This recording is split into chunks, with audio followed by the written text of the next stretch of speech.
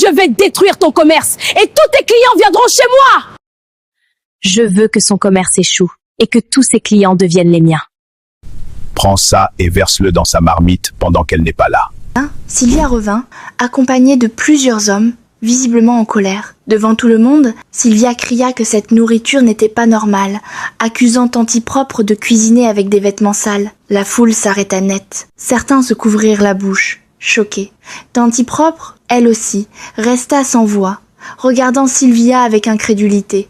Pour prouver ses paroles, Sylvia exigea qu'on vérifie la marmite. Les hommes vidèrent le riz dans un grand récipient et fouillèrent soigneusement. Une fois, puis encore, mais il n'y avait rien. Aucune culotte, aucun objet suspect. La honte s'abattit sur la foule.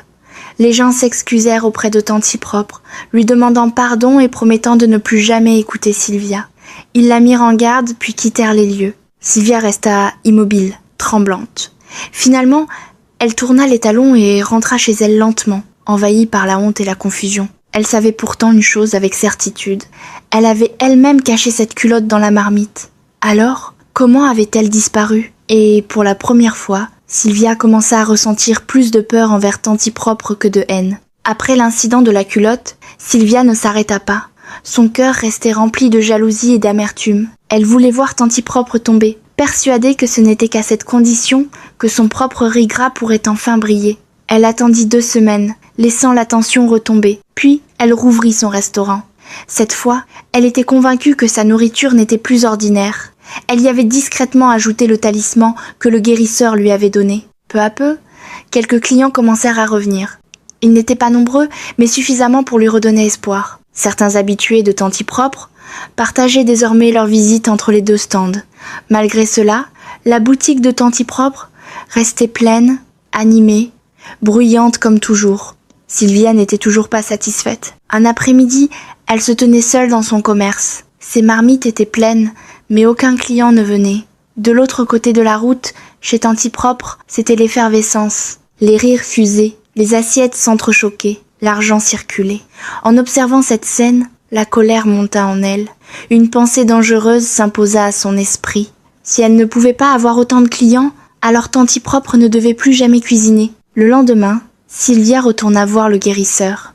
Elle lui déclara sans détour qu'elle voulait que les mains de Tanti Propre soient paralysées pour qu'elle ne puisse plus jamais préparer de nourriture. Le guérisseur devint grave. Il refusa. Il expliqua que cette femme avait un cœur pur et innocent et que tenter de lui faire du mal ferait forcément revenir le mal sur elle-même. Mais Sylvia, aveuglée par la jalousie, cria qu'elle s'en moquait. Elle insista. Malgré les avertissements répétés, malgré les conséquences annoncées, elle sortit davantage d'argent et exigea qu'il agisse. Après un long silence, le guérisseur céda. Il accomplit le rituel. Sylvia repartit avec un sourire. Le lendemain matin, elle se réveilla pleine d'enthousiasme. Son plan était simple. Passer devant la boutique de Tanti Propre et assister à la tristesse des gens, voir la pitié dans leurs regards. Mais lorsqu'elle tenta de se redresser dans son lit, elle se rendit compte qu'elle ne pouvait plus bouger ses mains. Elles étaient engourdies, sans force. Elle essaya encore. En vain, la peur envahit son cœur. Avec beaucoup de difficultés, elle parvint à se lever. Ses mains tremblaient. Elle utilisa son pied pour attirer son téléphone vers elle et appela le guérisseur en pleurant, lui racontant ce qui lui arrivait. L'homme soupira.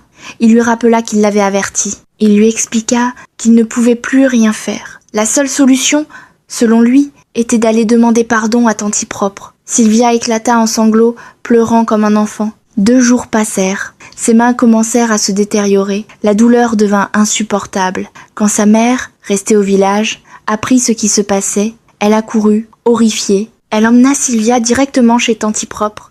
Elles s'agenouillèrent devant elle, en larmes. Sylvia avoua tout. Comment elle avait empoisonné la nourriture, propagé des mensonges, consulté le guérisseur et tenté de détruire sa vie et son commerce. Tanti Propre l'écouta sans l'interrompre. Puis, elle parla calmement.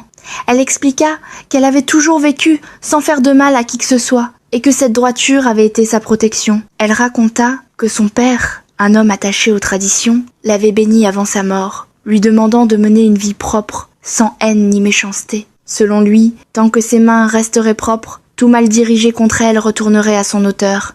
Tanti Propre choisit de pardonner. Elle déclara qu'elle laissait toute chose entre les mains de Dieu. Sylvia fut ramenée chez elle. Une semaine plus tard, ses mains étaient complètement guéries. Honteuse, brisée et silencieuse, elle rassembla ses affaires et repartit au village avec sa mère. De son côté, Tanti Propre continua son activité.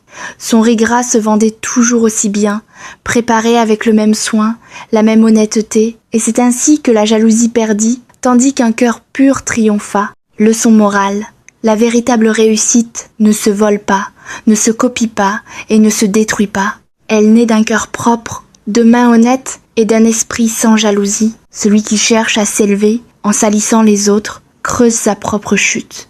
La jalousie aveugle l'intelligence, empoisonne l'âme et finit toujours par se retourner contre celui qui l'entretient. On peut imiter les gestes, les recettes et même les apparences, mais on ne peut jamais imiter la droiture, la paix intérieure et la bénédiction qui accompagne un cœur pur. Le mal préparé avec haine se transforme en poison pour son auteur, tandis que le bienfait, avec sincérité, devient une protection invisible. Quand tes mains sont propres, aucune sorcellerie, aucun mensonge, aucune manigance ne peut te détruire. Tout finit par revenir à celui qui l'a envoyé. Ainsi, cette histoire nous enseigne que le succès durable appartient à ceux qui travaillent avec honnêteté, et que la jalousie, même déguisée en ambition, mène toujours à la honte, à la solitude et à la perte. Mieux vaut bâtir lentement, avec un cœur pur, que courir vite, avec une âme sale. Merci infiniment d'avoir regardé cette histoire. Si ce récit vous a touché, likez la vidéo, partagez les 3 parties avec vos amis et votre famille, et laissez-nous un commentaire pour nous dire quelles leçons vous en avez tirées. N'oubliez pas de vous abonner à la chaîne pour ne pas manquer nos prochaines histoires puissantes.